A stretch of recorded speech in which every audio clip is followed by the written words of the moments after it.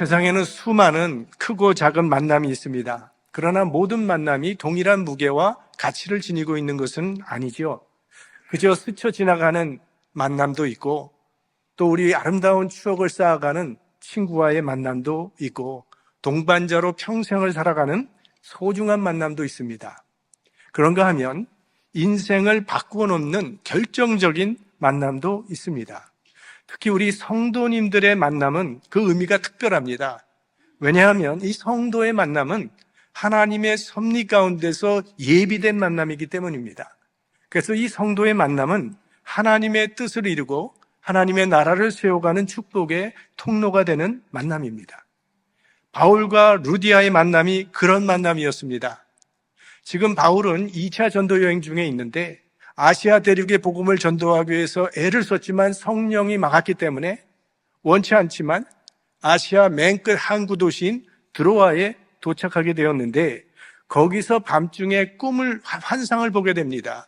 저 유럽 대륙 마게도냐 사람 어떤 사람이 환상에 나타나서 건너와서 우리를 도우라는 그런 환상을 보고 이건 하나님의 부르심이라는 확신을 가지고 바울 일행은 즉시 드로아에서 배를 타고 이제 마게도냐 지방으로 건너가게 되는데 이때 바울의 일행은 바울과 실라 안디옥에서 출발했던 그리고 루스드라에서 만난 디모데 그리고 드로아에서 누가를 만나게 되므로 4명이 함께 일행으로 선교여행을 지금 하고 있는 가운데 있습니다. 11절과 12절 같이 보겠습니다.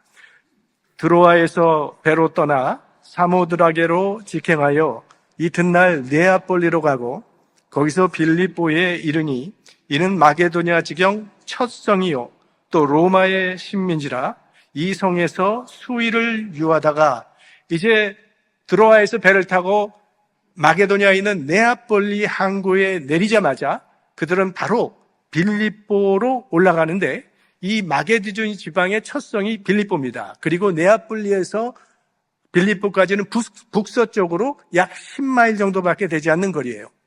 지금 첫 성이라고 한 것은 앞으로 이제 사도 바울께서 마게도냐 전역을 돌아다니면서 복음을 전하게 되는데 그 시작이 빌립보라는 그런 뜻입니다. 또한 가장 중요한 도시라는 뜻을 가지고 있습니다. 세 번역을 보면 으뜸 가는 도시 이렇게 표현을 했습니다. 빌립보는 로마의 식민지지만 로마 황제의 직할시입니다. 그러니까 로마 황제가 직접 통치를 하는 그런 도시예요.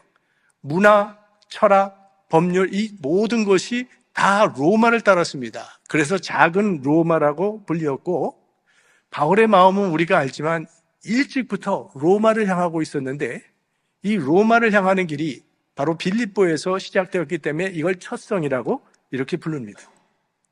자, 바울 일행은 빌립보에서 이제 수일을 보내면서 이 환상을 보긴 보았는데 이 환상의 뜻이 무엇인지를 찾기를 위해서 노력했습니다.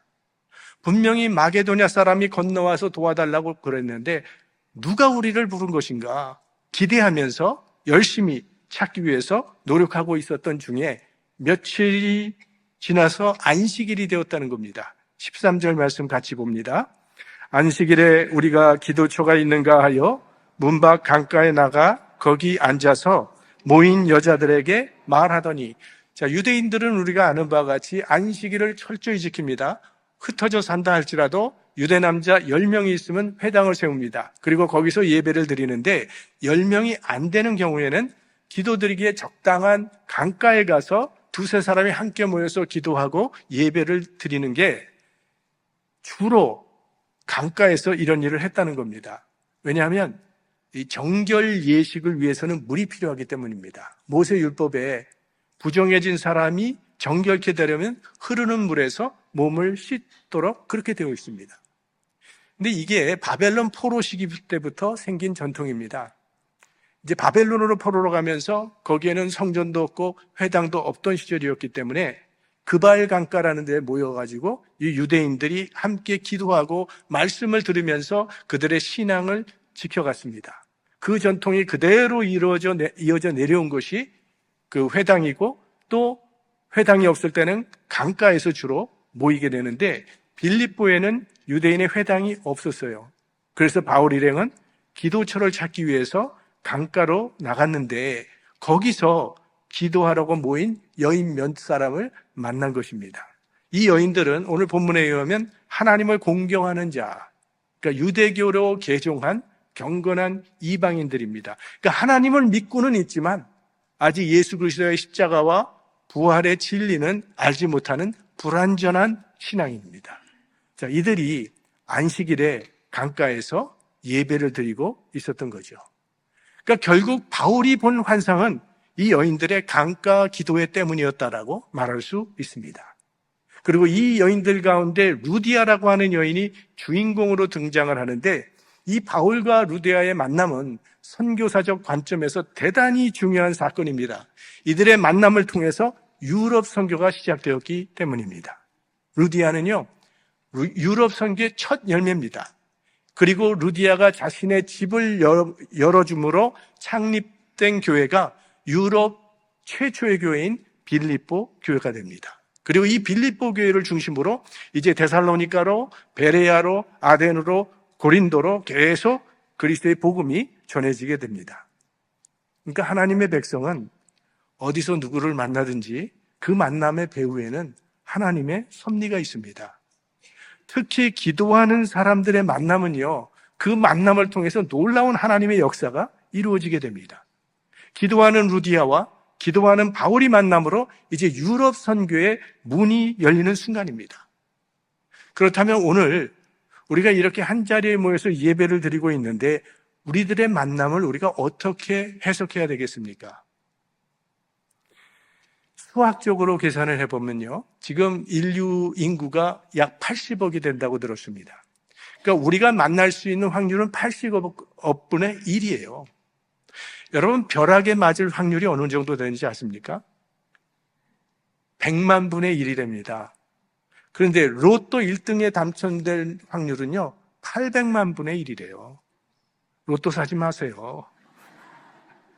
로또 1등에 당첨되는 것이 벼락에 맞는 것보다 8배 어렵다는 거예요. 그런데 80억 명 중에 우리 한 사람이 만나는 그 확률은요, 로또 1등에 맞는 것보다 1000배가 어려운 거예요. 그리고 벼락에 맞는 것보다 8000배나 어렵습니다. 그래서 그 여러분이 좋아하는 복음성가 있잖아요. 우리 만남은 우연이 아니야. 난 이게 왜 복음성가에 안 들어가 있는지 모르겠어요. 여러분, 성도의 만남은요, 우연이 아니라 하나님의 섭리에 의해서 준비된, 이루어진 소중한 만남입니다. 이런 소중한 만남을 소홀히 여겨도 안 되겠거니와 이걸 파괴하는 어리석은 자가 돼서는 안 됩니다. 우리의 만남을 통해서 하나님의 뜻이 이루어질 수 있도록 살아야 할 것입니다. 우리 플로턴 성도님들의 만남은 하나님의 나라를 세우는 아름다운 만남이 될 수 있기를 바랍니다. 세상엔 여러 종류의 만남이 있죠. 골프 모임도 있고, 등산 모임도 있고, 동창회, 음악회, 문학인들의 모임, 여러 가지 모임이 있지만 가장 귀한 모임, 가장 귀한 만남은 하나님의 역사를 이루는 만남인 줄 믿습니다. 자, 루디아는 빌립보 교회의 믿음의 어머니고 또 유럽의 믿음의 어머니인데, 이렇게 기독교 선교사의 아름다운 자취를 남긴 이 루디아라고 하는 분이 어떤 분이신지를 오늘 본문을 통해서 한번 생각해 보려고 합니다. 한 5가지 정도 특징을 발견할 수가 있습니다. 첫째는 이 루디아는 사업가입니다. 비즈니스 우먼이에요. 14절 함께 보겠습니다. 두아디아 성의 자주장사로서 하나님을 공경하는 루디아라 하는 한 여자가 들었는데 주께서 그 마음을 열어 바울의 말을 청종하게 하신지라. 두아디라 성의 자주장사라고 하는 말은 이 자주색 염료로 그 염색을 한 그 자주 옷감을 파는 그런 장사를 말하는데, 그 당시에는 이 자주색 옷이라고 하는 것은 평민이 입는 옷이 아닙니다. 이거는 황족이라든지 혹은 높은 상류층 귀족 신분의 사람들이 입는 그런 옷감입니다. 그러니까 이 루디아라고 하는 분은 좀 상류층 사람들을 대상으로 사업을 했던 것 같고, 남편은 먼저 세상을 떠났고 그 남편의 사업을 이어받았다고 전해지고 있습니다. 그리고 이 두아디라라고 하는 곳은 아시아 대륙에 있는 그리고 이 염색공업의 중심지였습니다. 자, 그런데 그 아시아 두아디라에서 장사가 시작이 됐는데 마게도냐 지방으로 와서 빌립보까지 진출한 것을 보면 루디아라고 하는 여인은 아주 유능한 사역가였던 것입니다. 여성 CEO라고 볼 수가 있어요. 자, 당시는 사실 여자들이 활동하기가 대단히 어려운 폐쇄적인 사회였다는 것을 고려해 볼 때 굉장히 생활력이 강하고 리더십이 있었던 그런 여인이었음을 알 수가 있습니다. 그리고 그때 강가에서 함께 기도하던 여자들은 루디아의 종업원이었다는 설이 유력합니다. 그러니까 재력도 있고 그래서 선교적으로 쓰임받기가 참 적합했고 또 집이 컸기 때문에 거기서 교회 개척하기에도 적합했습니다. 그런 루디아가 자신의 자원을 기꺼이 내어놓음으로 아주 복음 사역에 귀하게 쓰임받게 된 것이죠. 하나님께서 우리를 하나님의 자녀로 삼아주신 것은 우리들만 그 복을 누리면서 평안하게 살라는 뜻은 아닐 겁니다. 하나님이 우리를 구원하시는 그 순간 이미 하나님께서는 우리 인생이 하나님의 나라를 향하도록 그리고 하나님의 나라에 두고 살아가도록 우리의 방향을 정해놓으신 겁니다. 만약 하나님께서 우리의 의식주에 문제가 없게 부족함이 없이 채워주시고 각종 모든 필요를 채워주시면서 모든 것을 감당하고도 남을 만큼 넉넉한 자원을 주셨다면 그건 결코 우리만을 위한 것은 아니에요. 우리가 받은 이 은사와 자원은 하나님 나라를 세우기 위한 것이고 연약한 이웃을 돕기 위한 도구입니다. 우리가 받은 이 축복에는 책임과 사명이 수반된다는 사실을 기억하고 하나님 나라를 세우는 일에 정성을 다해야 할 것입니다. 두 번째로 루디아는 참 신앙심이 깊은 사람임을 알 수 있습니다. 오늘 본문에 하나님을 공경하는 루디아라고 소개하고 있습니다. 보통 사람들이 가진 것이 많으면요 하나님 소홀히 하기 쉽습니다. 물질이 있거나 권력이 있거나 지식이 있어도 그렇습니다. 아쉬울 것이 별로 없는 사람은요 하나님 가까이 하기가 그렇게 쉽지 않습니다. 그건 우리의 기도 생활을 보면 금방 알죠. 우리가 언제 기도를 합니까? 뭔가 부족한 것이 있을 때, 뭔가 어려운 일이 있을 때 기도하지 않습니까? 그런데 이 루디아는 정말 풍족한 가운데서도 하나님을 가까이 했고 인생의 의미를 영적인 것을 찾고자 신앙생활을 열심히 했던 귀한 신앙의 사람이었습니다. 신앙생활은 참 루디아처럼 꾸준히 하는 것이 좋죠.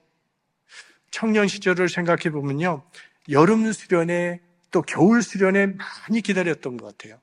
그때 한꺼번에 해결하기를 바랬기 때문에 여름에 한번 해결하고 또 겨울에 한번 해결하고 이런 식으로. 예전에는요 부흥의 만능주의라는 말이 있었습니다. 그 문제 해결의 돌파구를 부흥에서 찾으려는 신앙 태도를 말하는 거죠. 부흥에도 수양에도 신앙생활에 박차를 가하는 계기가 되기 때문에 필요하지만 그러나 부흥의 중심의 신앙생활은 결코 건강한 신앙은 아니라고 봅니다. 여러분이 영양가 높은 음식을 잡수셨다고 며칠 굶고 지낼 수 있는 것이 아니죠. 운동도 매일 조금씩 해야 효과가 있는 것이지 한꺼번에 그냥 지나치게 해버리면 부작용이 생기잖아요. 신앙생활도 마찬가지라고 생각합니다. 이 믿음은 한순간의 감정이나 어떤 특별한 사건으로 이루어지는 것이 아닙니다. 대개 우리의 신앙 성장을 살펴보면 삶 전체를 바꿔놓을 만한 무슨 드라마틱한 기적이 따라다니는 것은 아니에요. 그저 매일 작은 믿음의 걸음들이 조금씩 쌓이고 쌓여서 성숙해가는 것을 보게 됩니다.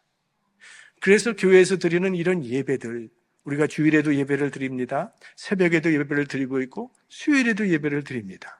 또 구역 예배를 드리고 선교의 모임을 드리고 또 성경 공부, 커피 브레이크, 중보기도 여러 가지 모임들이 있는데 이게 작아 보이지만 이런 걸 소홀히 하지 말아야 합니다. 흐르는 강물 속에 있는 돌이 오랜 시간 깎여서 둥근 돌이 되는 것처럼 늘 말씀과 기도의 강가에서 생활하는 사람은요 자신도 모르는 사이에 깎이고 다듬어져서 성숙한 하나님의 사람이 되는 겁니다. 세 번째로, 루디아는 마음이 열린 사람입니다. 자, 우리 14절에 다시 한번 그 뒷말씀을 보겠습니다. 주께서 그 마음을 열어 바울의 말을 청종하게 하신지라. 하나님께서 루디아에게 열린 마음을 주셨다고 말씀하고 있습니다. 우리가 아무리 좋은 말을 해도요, 마음이 닫혀 있으면 받아들여지지 않습니다.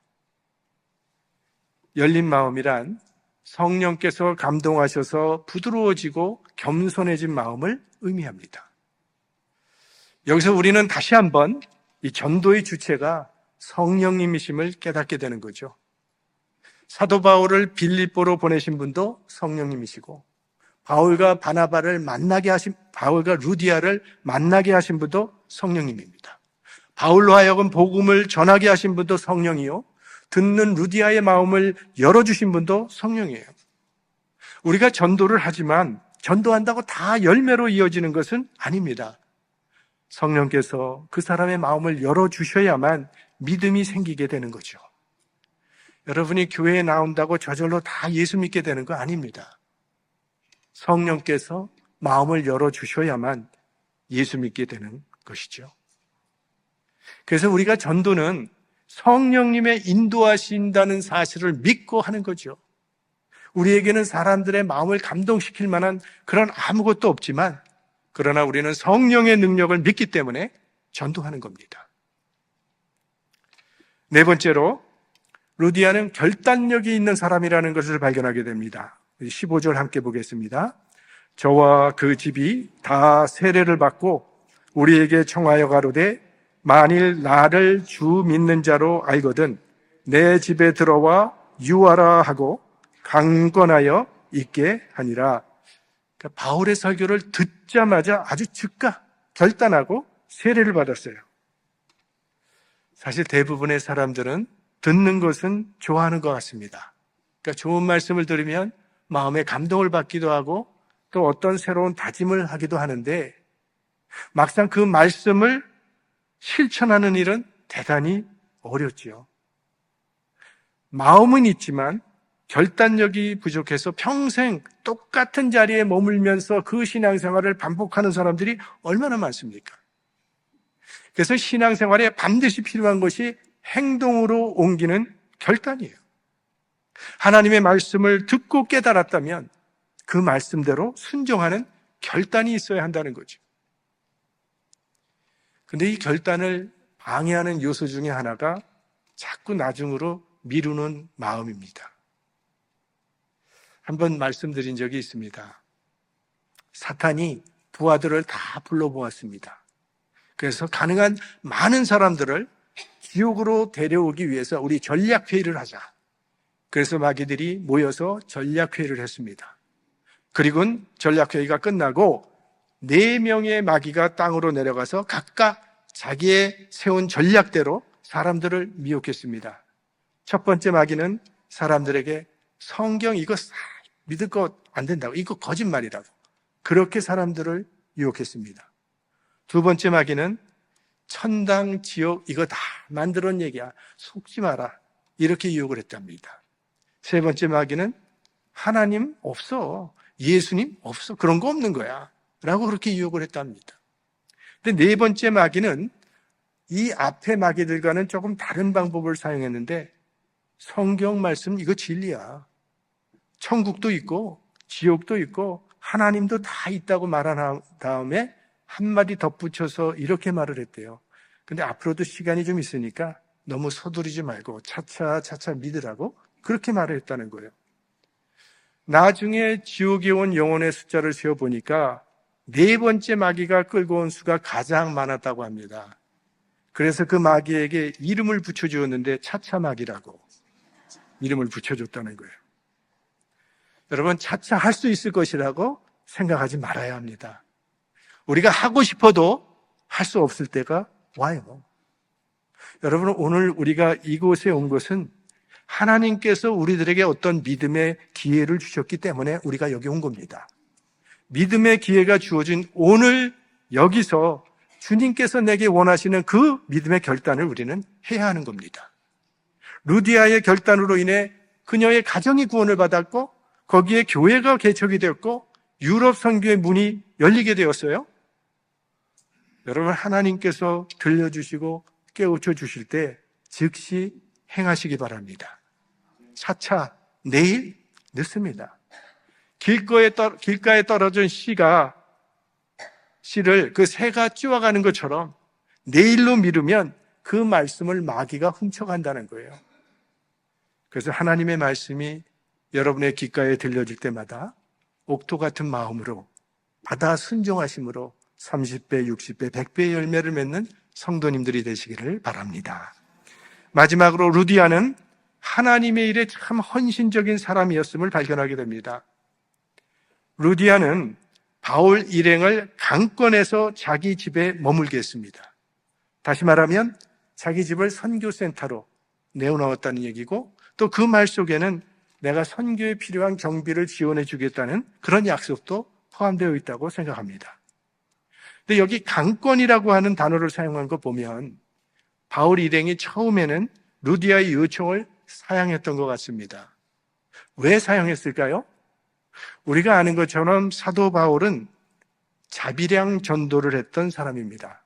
그러니까 누구에게도 누를 끼치지 않는 전도사에게 원칙을 세우고 살았던 분이 사도 바울이에요. 근데 사실 자기가 먹을 것을 다 벌면서 전도한다는 것이 쉽지 않죠. 그래서 그 바울의 부족한 부분을 도와줬던 분이 브리스길라와 아굴라 같은 분, 그리고 루디아가 창립 멤버로 섬겼던 빌립보 교회가 사도 바울의 필요한 부분을 많이 채워줬습니다. 바울은요, 성도들로부터 받는 그 사랑을 한 번도 당연한 것으로 생각하지 않았던 사람이에요. 또 아까도 말씀드렸지만 바울의 일행은 지금 바울과 실라와 디모데와 누가라고 했습니다. 자, 여자만 살고 있는 집에 외간 남자들이 들어가 산다면 오해를 받을 소지가 있죠. 아마 그래서 사용했을지도 모릅니다. 2000년 전 그 폐쇄적인 사회 속에서 여성이 남편이 아닌 다른 남자를 돕는다고 하는 것은 이거는 어려움과 비난이 따를 수 있는 일이에요. 그런 것을 고려해 볼 때 루디아는 그로 인해서 발생할지도 모르는 모든 어려움을 그냥 감수하겠다는 각오가 서 있다는 것을 우린 짐작할 수 있습니다. 그래서 강권해서 자기 집에 머물게 함으로 루디아의 집에서 유럽 최초의 교회가 세워지게 되는데, 그 교회가 사도 바울의 목회 생에 가장 큰 사랑과 은혜를 입은 빌립보 교회입니다. 빌립보 교회는 고린도 교회처럼 교인이 많은 교회도 아닙니다. 또 재정이 넉넉했던 그런 교회도 아니었습니다. 그런데도 바울은 이 빌립보 교회와 가장 친밀한 관계가 되었는데, 그 이유는 교인들이 참 순진하고 아주 겸손해서 생활이 어려웠던 선교사 바울을 끝까지 후원해 주었기 때문이에요. 우리가 아는 바와 같이 바울은 여러 교회에 서신을 보냈습니다. 근데 바울이 보낸 서신 중에 가장 책망이 없는 서신이 빌립보서입니다. 그래서 이 빌립보서의 별명이 기쁨의 서신이에요. 우리가 고린도전서를 벌써 한번 수요 집회 때 말씀을 드렸고, 지금 갈라디아서를 보고 있는데 그런 편지를 보면 바울의 책망이 많이 나옵니다.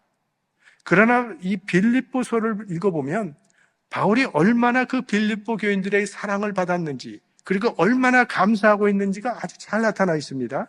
자, 빌립보서 4장 15절 말씀을 보면 이런 말씀이 나와요. 내가 마게도냐를 떠날 때에 주고받는 내 일에 참여한 교회가 너희 외에 아무도 없었느니라.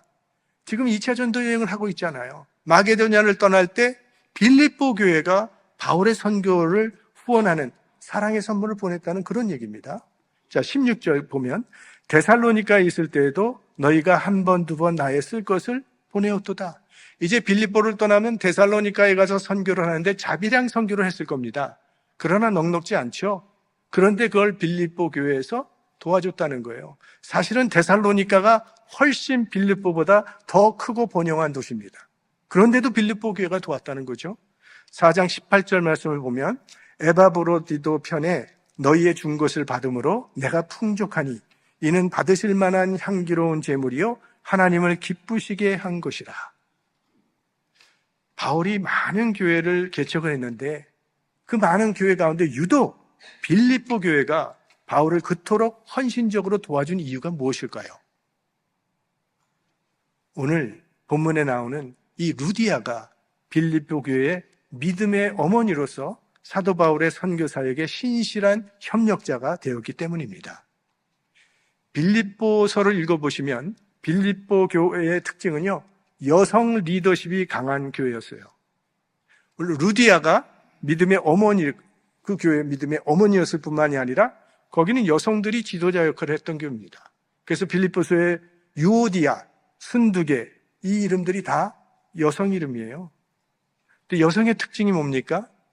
인정미와 모성애죠. 그 인정미와 모성애가 교회를 향하게 될 땐 그게 헌신적인 사랑과 봉사로 나타나게 되는 거죠. 전 그 동물의 왕국 프로그램 참 좋아하는데 보면 이제 사자, 육식동물이 초식동물 사슴들을 잡아먹으려고 하잖아요. 전 목사지만 약간 육식동물 그거 좀 응원하는 그런 마음이 있어요. 근데 제 아내는 사슴이에요. 사슴을 도망가길 원하는 그런 마음이 있다니까요. 남자와 여자의 마음이 좀 달라요. 그래서 바울이 감옥에 갇혔을 때 보통 다른 교회 교인들은요, 또 갇히셨네, 안 됐네, 기도합시다. 그런데 빌립보 교인들은 사도 바울 선생님이 감옥에 갇혔다 그러면요, 공감을 하면서 걱정을 하는 거예요. 지금 얼마나 추우실까? 얼마나 시장하실까? 얼마나 외로우실까? 그래서 위로금을 모아서 에바브로디도 편으로 위문을 보냈다는 그런 얘기입니다. 근데 여러분, 이게 2000년 전이나 지금이나 별로 다르지 않습니다. 지금 우리 교회는 남성교회와 여성교회가 따로 있지 않고 함께 모이지만 남성교회, 여성교회가 따로 모이는 교회도 참 많이 있어요. 제가 전에 있었던 교회도 남성교회와 여성교회가 따로 모였는데요. 남성교회가 뭡니다. 목사님 와주십시오 해서 가면은요, 거의 굶고 오기가 쉽습니다.